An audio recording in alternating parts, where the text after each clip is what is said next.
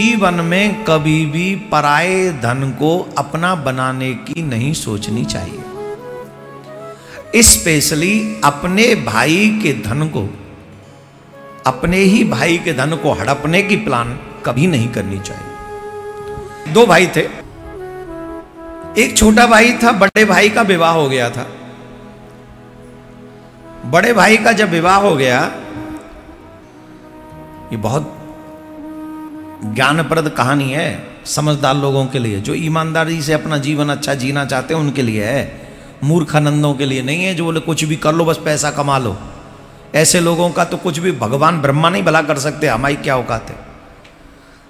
हम जैसे तुच्छ प्राणी किसी का भला तो उन्हीं का कर सकते हैं जो वाकई चाहते कि यार यहाँ भी चाहे कम मिले पर अच्छी जिंदगी जी ले और वहाँ भी नरक में न जाना पड़े। ऐसे विचार रखने वाले जो साधारण लोग होंगे हम तो उन्हीं के काम आ सकते हैं। जो महानतम लोग होंगे उनके काम हम जैसा तुच्छ प्राणी कैसे आ सकता है। कई लोग बड़े महान होते हैं जिनका पूरा जीवन इसी में निकल जाता है, इसको गिराओ, इसको उठाओ, इसको पकड़ो, इसको खा जाओ, इसका खा जाओ, छुना लो, बचे ना। बेटा ईश्वर की मार से तो कोई नहीं बच पाया। तो जो ऐसे लोग हैं जिनका हमेशा दृष्टि दूसरों के धन पे लगी रहती है, उन लोगों को ये कहानी जरूर सुननी चाहिए। दो भाई थे, बड़े भाई का विवाह हो गया था, छोटे भाई का विवाह नहीं हुआ था। पत्नी आ गई थी उनकी, तो पत्नी तो देवर से कितना प्रेम करती होंगी आप जानते ही हो। दोनों भाइयों पे हिस्सा भी बराबर का था। एक दिन क्या हुआ कि वो छोटा भाई बीमार पड़ गया। बीमार पड़ गया तो भाई इलाज करा ही रहा था। भाई से को तो अटैचमेंट था ही थोड़ा बहुत, ये करो वो करो, ये लाओ, वैद्य को बुलाओ, इसको बुलाओ, सब चल रहा था सिस्टम। भैया ये ला जाओ, जाओ। क्या हुआ कि वो ठीक नहीं हो रहा था, वो ठीक नहीं हो रहा था। वैद्य ने कहा कि तुम इसे शहर ले जाओ, वहाँ पैसा इसका थोड़ा खर्च करो, खर्चा लंबा चलेगा पर ठीक हो सकता है। तो आके बैठा वो अपनी पत्नी के पास में, पत्नी से कहा देखो हमारा भाई बीमार है और ये भाई जो है बचेगा तो तभी जब थोड़ा बाहर ले जाएं शहर में और इसका इलाज कराएं, वहाँ पैसा बड़ा खर्चा होगा।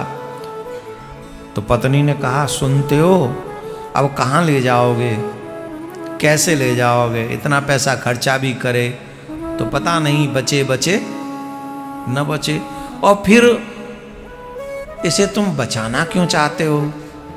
अरे भाई है हमारा। अरे भाई है, अभी तो इसका विवाह हुआ नहीं है। बोले नहीं हुआ।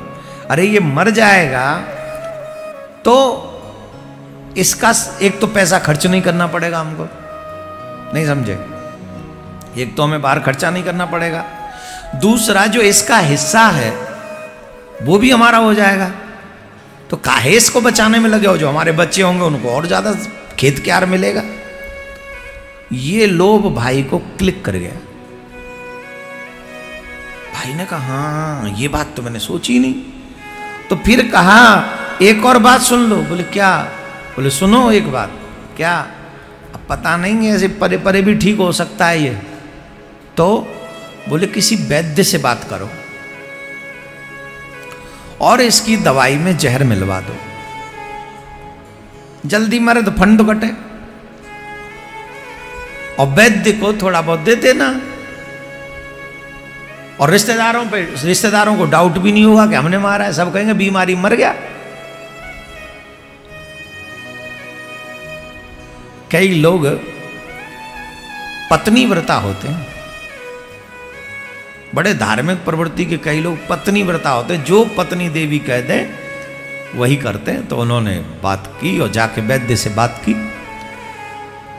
वैद्य से बात की, वैद्य भी एग्री हो गया और उसने दवाई में जहर मिलाकर उसको दे दिया और उससे जवान भाई की मृत्यु हो गई।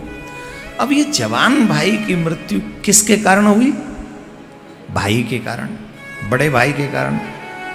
और अभी तक तो वो इतना सोचा कि उसके घर में कोई पुत्र नहीं था, कोई पुत्र नहीं था, तब इतना सोच लिया उसने, संतान ही नहीं थी कोई। इसके 1-2 साल बाद उसके घर में एक बच्चा हुआ। 1-2 साल बाद बच्चा हुआ, बड़ा खुश हुआ, बड़ी पार्टी सार्टी हुई, बड़ा खर्चा किया और तुरंत उसका विवाह भी करा दिया।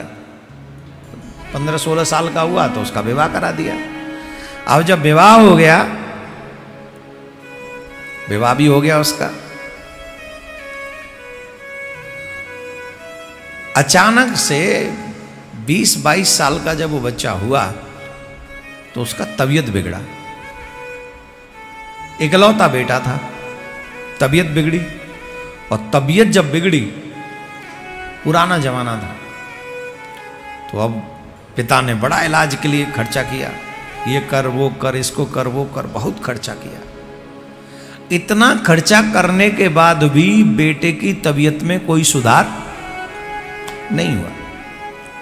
जब बेटे की तबीयत में सुधार नहीं हुआ तो एक दिन पिता बैठा हुआ था अपने बेटे के पास में।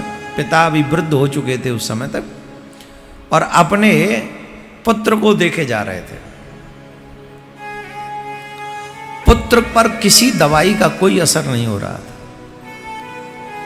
और उसका शरीर डे बाय डे गिरता ही चला जा रहा था। तब उस पिता ने आंसू भरकर अपने बच्चे को देखा। तो जब बच्चे ने देखा कि मेरा पिता रो रहा है, तो अचानक से उस बच्चे ने कहा, अच्छा भाई साहब अब हम चलते हैं।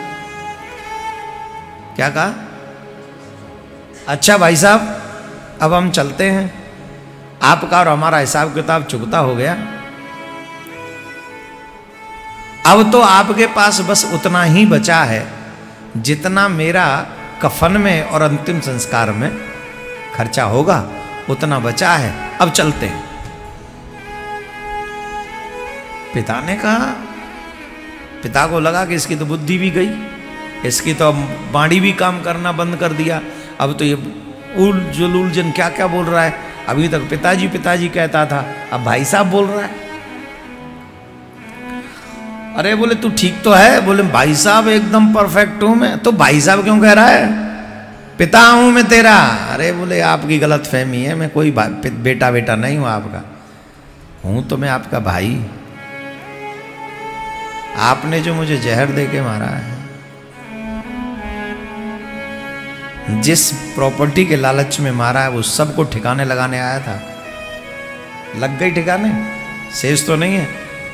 आपकी भी लगवा दी, थोड़ी सी बची है आपकी भी, वो कफन वफन में अंतिम संस्कार में पूरी हो जाएगी। बोल चल ठीक है, मैंने मान लिया, मैंने मान लिया कि मैंने अपराध किया था, मैंने तुझे जहर दे के मार दिया था, आई एग्री। पर मुझे एक बात बता, उस तेरी पत्नी का क्या वो जवान है?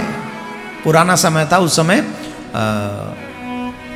अपने पति के साथ सती हुआ करती थी। पुराने समय की बात है, आपने सुना होगा कि सती प्रथा थी हमारे देश में, कि अगर पति चला गया तो प्रत्येक स्त्री अपने पति के साथ चिता में सती होती थी।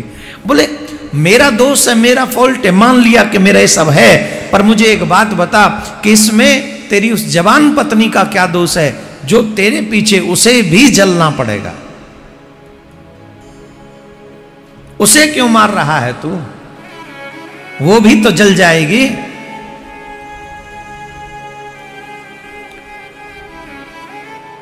उसने कहा भाई साहब, उस वैद्य को पूछ के आओ कहां है जिसने दवा दी थी। अरे उसे क्या पूछ के आऊं? वो तो तुम्हारे 2-2.5 साल बाद वो भी मर गया था, अब उससे कहां पूछूं? बोले वो मर गया था? बोले हाँ। जानते हो भाई साहब, वही वैद्य मेरी पत्नी बनाया के।